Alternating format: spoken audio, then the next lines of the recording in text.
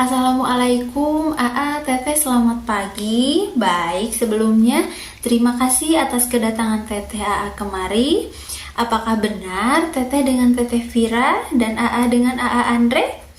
Iya benar. Teteh dan ini akan melaksanakan pernikahan. Jadi Teteh ini merupakan calon pengantin.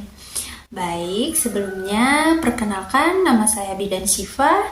Di sini saya akan melakukan penyuluhan atau counseling mengenai kesehatan reproduksi dan seksual untuk calon pengantin. Nah, Teteh, ini ada lembar balik di mana ini membantu Teteh untuk memahami tentang kesehatan reproduksi dan seksual bagi calon pengantin. Dan Teteh juga tenang ya, bahwa privasi dan rahasia Teteh akan saya jaga dan saya hormati. Baik, Teteh akan janji nikah yang diucapkan atas nama Tuhan Yang Maha Esa, yang merupakan awal dari kesepakatan bagi calon pengantin untuk saling memberi ketenangan atau sakinah dengan mengembangkan hubungan atas dasar saling cinta dan kasih atau mawadah warohmah. Pernikahan adalah awal terbentuknya sebuah keluarga. Nah, masing-masing pihak memiliki peranan yang sama dalam memperoleh hak-hak reproduksi dan seksual. Nah, Teteh memiliki hak yang sama dalam memutuskan kapan akan mempunyai anak, kemudian berapa jumlah anak, dan jarak kelahiran. Nah, untuk mendapatkan informasi yang lengkap tentang kesehatan reproduksi dan seksual, serta efek samping obat-obatan, kemudian alat dan tindakan medis yang digunakan untuk mengatasi masalah kesehatan reproduksi dan seksual. Nah, Teteh mendapatkan informasi yang mudah, lengkap, dan akurat tentang penyakit menular seksual. Nah, agar perempuan dan laki-laki terlindungi dari infeksi menular seksual atau IMS dan infeksi saluran reproduksi atau ISR. Nah, serta memahami upaya pencegahan dan penularannya yang dapat berakibat buruk terhadap kesehatan reproduksi dan seksual baik bagi laki-laki maupun perempuan dan keturunannya. Nah, untuk memperoleh informasi dan pelayanan KB yang aman, kemudian efektif, terjangkau, dapat diterima sesuai dengan pilihan tanpa paksaan. Nah, Teteh, pihak perempuan berhak mendapatkan pelayanan kesehatan reproduksi yang dibutuhkan, kemudian yang memungkinkannya sehat dan selamat dalam menjalani kehamilan, persalinan, dan nifas, serta memperoleh bayi yang sehat.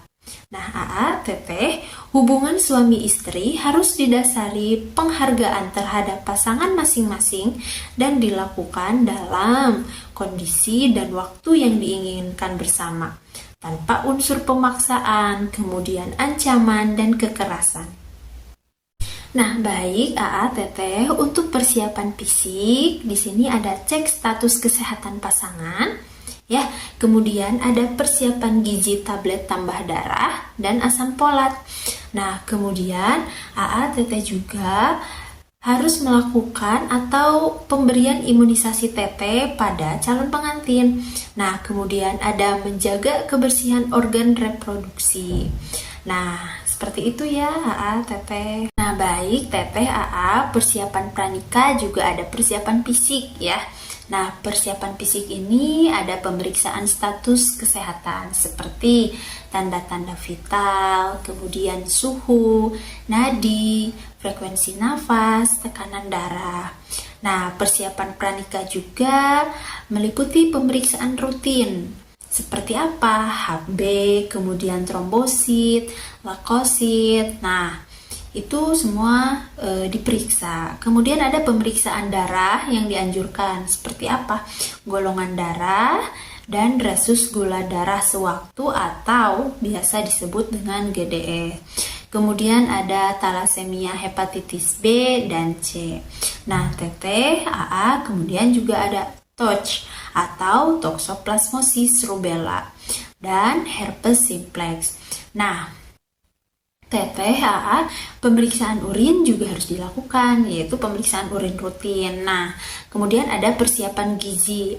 Nah, persiapan gizi ini peningkatan status gizi calon pengantin, terutama untuk teteh ya, perempuan.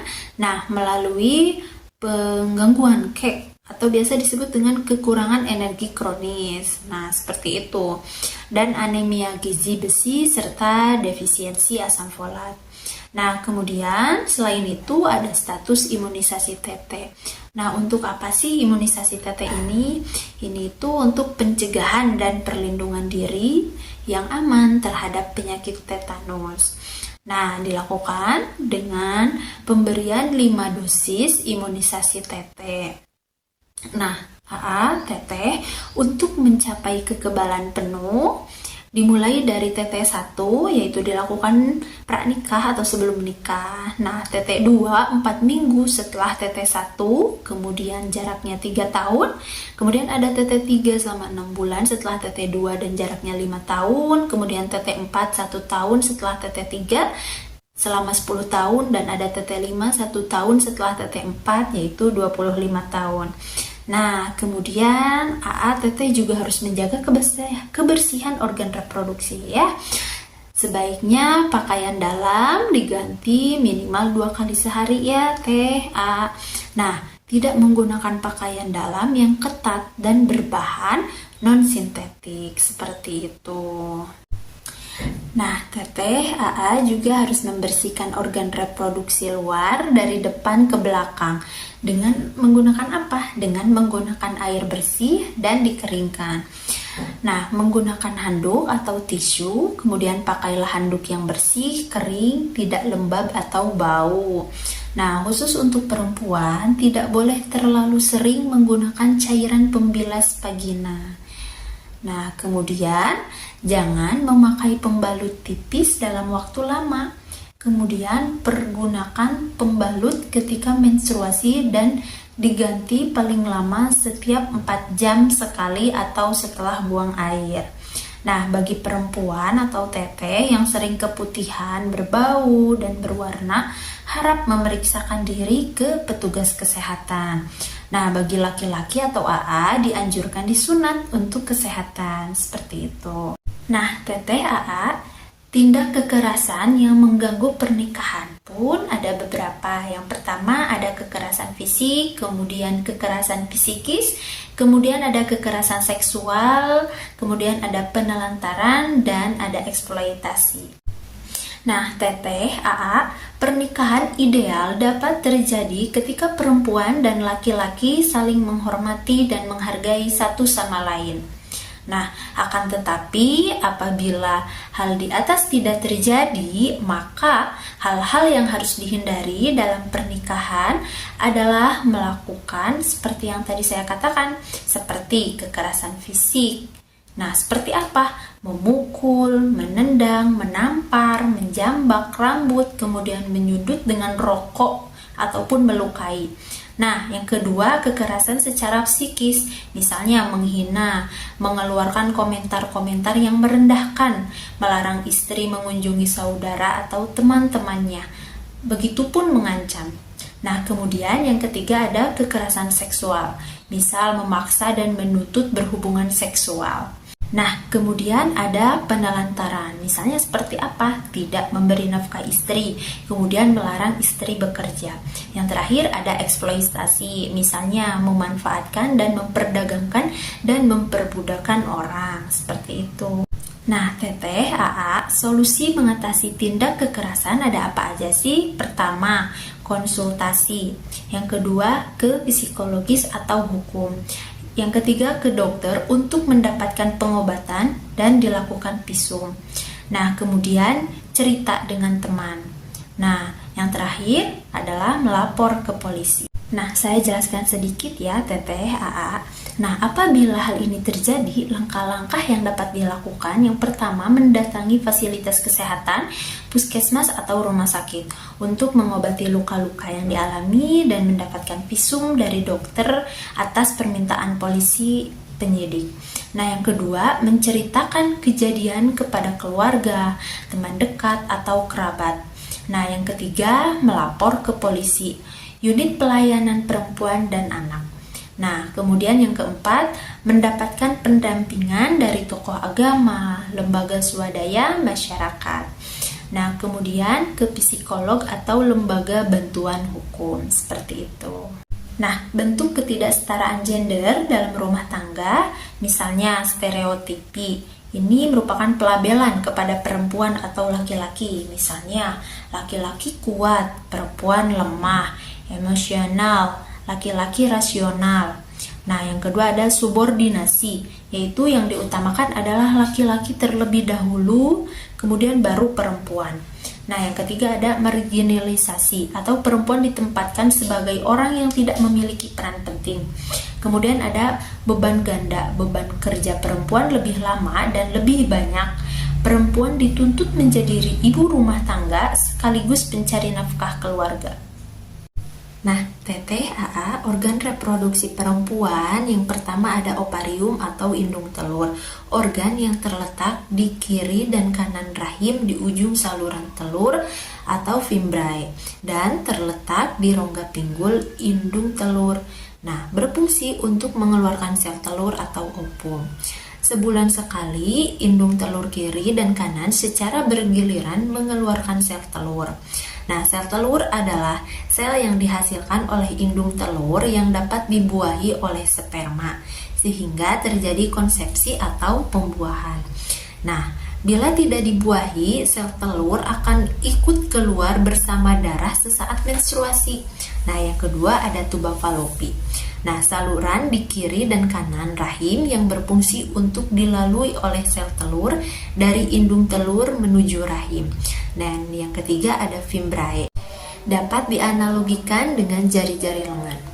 Atau umbai-umbai ini berfungsi untuk menangkap sel telur yang dikeluarkan indung telur. Nah, yang keempat ada uterus atau rahim. Nah, rahim ini merupakan tempat janin berkembang, bentuknya seperti buah pir dan berat normalnya antara 30-50 gram. Nah, pada saat tidak hamil, besar rahim kurang lebih sebesar telur ayam kampung. Ya, dindingnya terdiri dari lapisan parametrium. Nah, merupakan lapisan paling luar dan yang berhubungan dengan rongga perut. Nah, kemudian lapisan myometrium merupakan lapisan yang berfungsi mendorong bayi keluar pada proses persalinan atau kontraksi. Nah, kemudian ada lapisan endometrium, merupakan lapisan dalam rahim, tempat menempelnya sel telur yang sudah dibuahi. Nah, lapisan ini terdiri dari lapisan kelenjar yang berisi pembuluh darah. Nah, TTAA yang kelima ada serviks atau leher rahim. Nah, bagian uterus yang berbatasan dengan vagina. Nah, pada saat persalinan nanti, leher rahim membuka sehingga bayi dapat keluar. Nah, kemudian yang keenam ada vagina atau liang kemaluan. Nah, ini adalah sebuah saluran berbentuk silinder dengan diameter depan 6,5 cm dan dinding belakang 9 cm yang bersifat elastis dengan berlipat-lipat. Nah, fungsinya sebagai apa? Sebagai tempat penis berada pada saat bersenggama, kemudian tempat keluarnya menstruasi dan keluarnya bayi. Yang ketujuh ada klitoris. Nah, ini merupakan organ kecil yang paling peka terhadap rangsangan dibanding dengan bagian-bagian alat kelamin perempuan yang lainnya. Nah, kemudian mengandung pembuluh darah dan syaraf. Nah, yang kedelapan ada labia atau bibir kemaluan, terdiri dari buah bibir. Nah, sekarang bagian organ reproduksi laki-laki. Yang pertama ada testis, berjumlah 2 buah untuk memproduksi sperma setiap hari dengan bantuan testosteron. Nah, testis berada dalam skrotum, di luar rongga panggul, karena pembentukan sperma membutuhkan suhu yang lebih rendah daripada suhu badan 36,7 derajat Celcius. Sperma merupakan sel yang berbentuk seperti berudu atau kecebong. Nah, berekor, hasil dari testis yang dikeluarkan saat ejakulasi bersama cairan mani, dan bila bertemu dengan sel telur yang matang akan terjadi pembuahan. Yang kedua ada skrotum atau kantung buah zakar. Nah, kantong kulit yang melindungi testis berwarna gelap dan berlipat-lipat. Nah, skrotum adalah tempat bergantungnya testis. Skrotum mengandung otot polos yang mengatur jarak testis ke dinding perut dengan maksud mengatur suhu testis agar relatif tetap. Nah, kemudian yang ketiga ada vas deferens. Vas deferens ini merupakan saluran sperma, saluran yang menyalurkan sperma dari testis epididymis menuju ke uretra, saluran kencing prostatika. Kemudian kehamilan ideal, yang keempat prostat vesicula, seminalis, dan beberapa kelenjar lainnya. Nah, kelenjar-kelenjar yang menghasilkan cairan mani atau semen yang berguna untuk memberikan makanan pada sperma. Yang kelima ada penis, yaitu berfungsi sebagai alat senggama dan sebagai saluran untuk pengeluaran sperma dan air seni.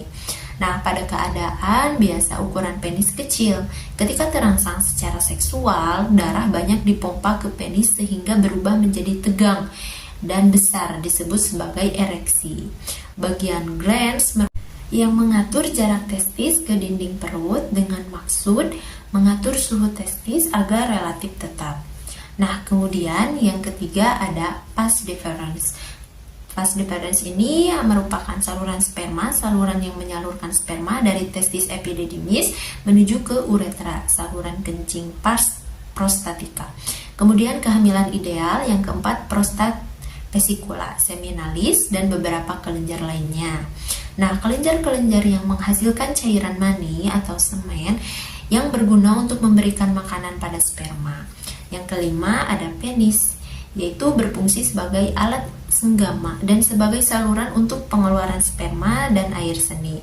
Nah, pada keadaan biasa ukuran penis kecil, ketika terangsang secara seksual, darah banyak dipompa ke penis sehingga berubah menjadi tegang dan besar, disebut sebagai ereksi.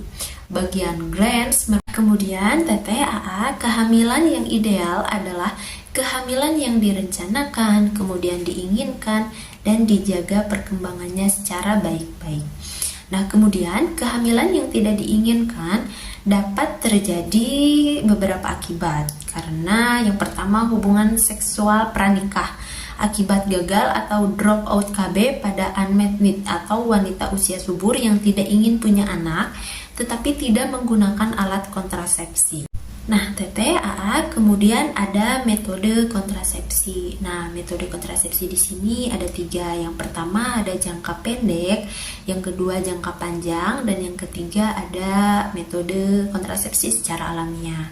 Nah, metode kontrasepsi jangka pendek seperti kondom, kemudian suntik, kemudian pil.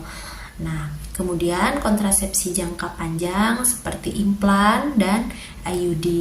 Nah, kalau untuk metode kontrasepsi secara alamiahnya seperti kalender, kemudian lendir-service. Nah, TTAA selanjutnya ada proses kehamilan di mana sel telur yang matang dibuahi oleh sperma dalam saluran telur atau tuba Fallopi.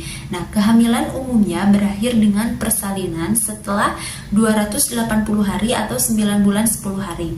Sel telur yang telah dibuahi sperma atau embrio menempel di lapisan dalam dinding rahim dalam 120 hari pertama embrio. Kemudian berkembang mengikuti tahapan kehidupan sel atau hayati. Memasuki usia kehamilan lebih lanjut, embrio berkembang mengikuti tahapan kehidupan insani menjadi janin. Seperti itu. Nah, TTAA tanda-tanda kehamilan dimulai dari tes kehamilan positif, kemudian tidak mendapat menstruasi atau haid sebagaimana biasanya. Kemudian tidak menstruasi pada siklus haid bulan berikutnya. Nah, kemudian timbul rasa mual, muntah-muntah, dan pusing, terutama pada pagi hari serta sering buang air kecil.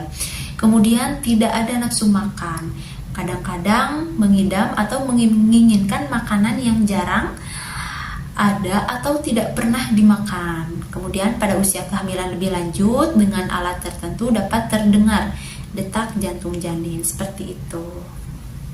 Nah, TTAA cara menghitung usia kehamilan. Misalnya, hari pertama haid terakhir 8 Juni 2009. Nah, diperiksa positif hamil 14 Juli 2009. Umur kehamilan antara waktu 8 Juni 2009 sampai 14 Juli 2009 36 hari sekitar 5 minggu.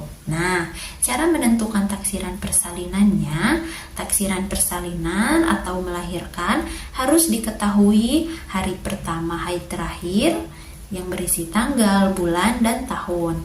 Nah, untuk rumusnya, tanggal ditambah 7, bulan dikurangi 3, dan tahun ditambah 1. Contohnya, hari pertama haid terakhirnya 8 Juni 2009. Jadi, diperkirakan melahirkan pada tanggal 15 Maret 2010. Seperti itu. Nah, AA Teteh untuk memeriksakan kehamilan, yang pertama, timbang berat badan dan ukur tinggi badan. Kemudian yang kedua ada pengukuran tekanan darah ibu, kemudian yang ketiga nilai status gizi, kemudian yang keempat pengukuran janin atau pengukuran tinggi pundus uteri. Yang kelima, tentukan presentasi janin dan denyut jantung janin. Yang keenam, penilaian status imunisasi TT. Yang ketujuh, tablet tambah darah. Yang kedelapan, tes laboratorium. Yang kesembilan, tata laksana kasus. Dan yang 10, tatap muka atau konseling tentang kehamilan. Nah, selanjutnya untuk menjaga kehamilan, AA, TT, nah khususnya untuk TT, jangan kelelahan dan mengangkat benda berat. Kemudian berbaring selama 1 jam pada siang hari, usahakan dengan kaki lebih tinggi dari perut. Kemudian tidur cukup 9-10 jam, tidur terlentang pada saat hamil muda, tidur miring pada kehamilan lanjut, kemudian berpakaian longgar yang menyerap keringat, kemudian memakai bra yang dapat menahan payudara yang membesar, serta memakai alas kaki yang nyaman. Kemudian, posisi hubungan seks perlu diatur agar tidak menekan perut ibu.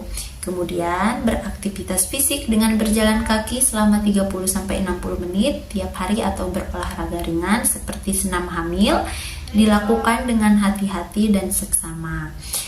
Dan hindari berdekatan dengan orang-orang yang sedang sakit menular dan orang yang sedang merokok. Baik, AA dan Teteh, demikian konseling mengenai calon pengantin. Nah, bila nanti AA dan Teteh masih ada hal-hal yang ingin ditanyakan, boleh ditanyakan kembali. Mudah-mudahan AA dan Teteh menjadi keluarga yang sakinah, mawadah, warohmah. Dari awal sampai akhir, mohon maaf bila ada kekurangan dan kesalahan. Wassalamualaikum warahmatullahi wabarakatuh.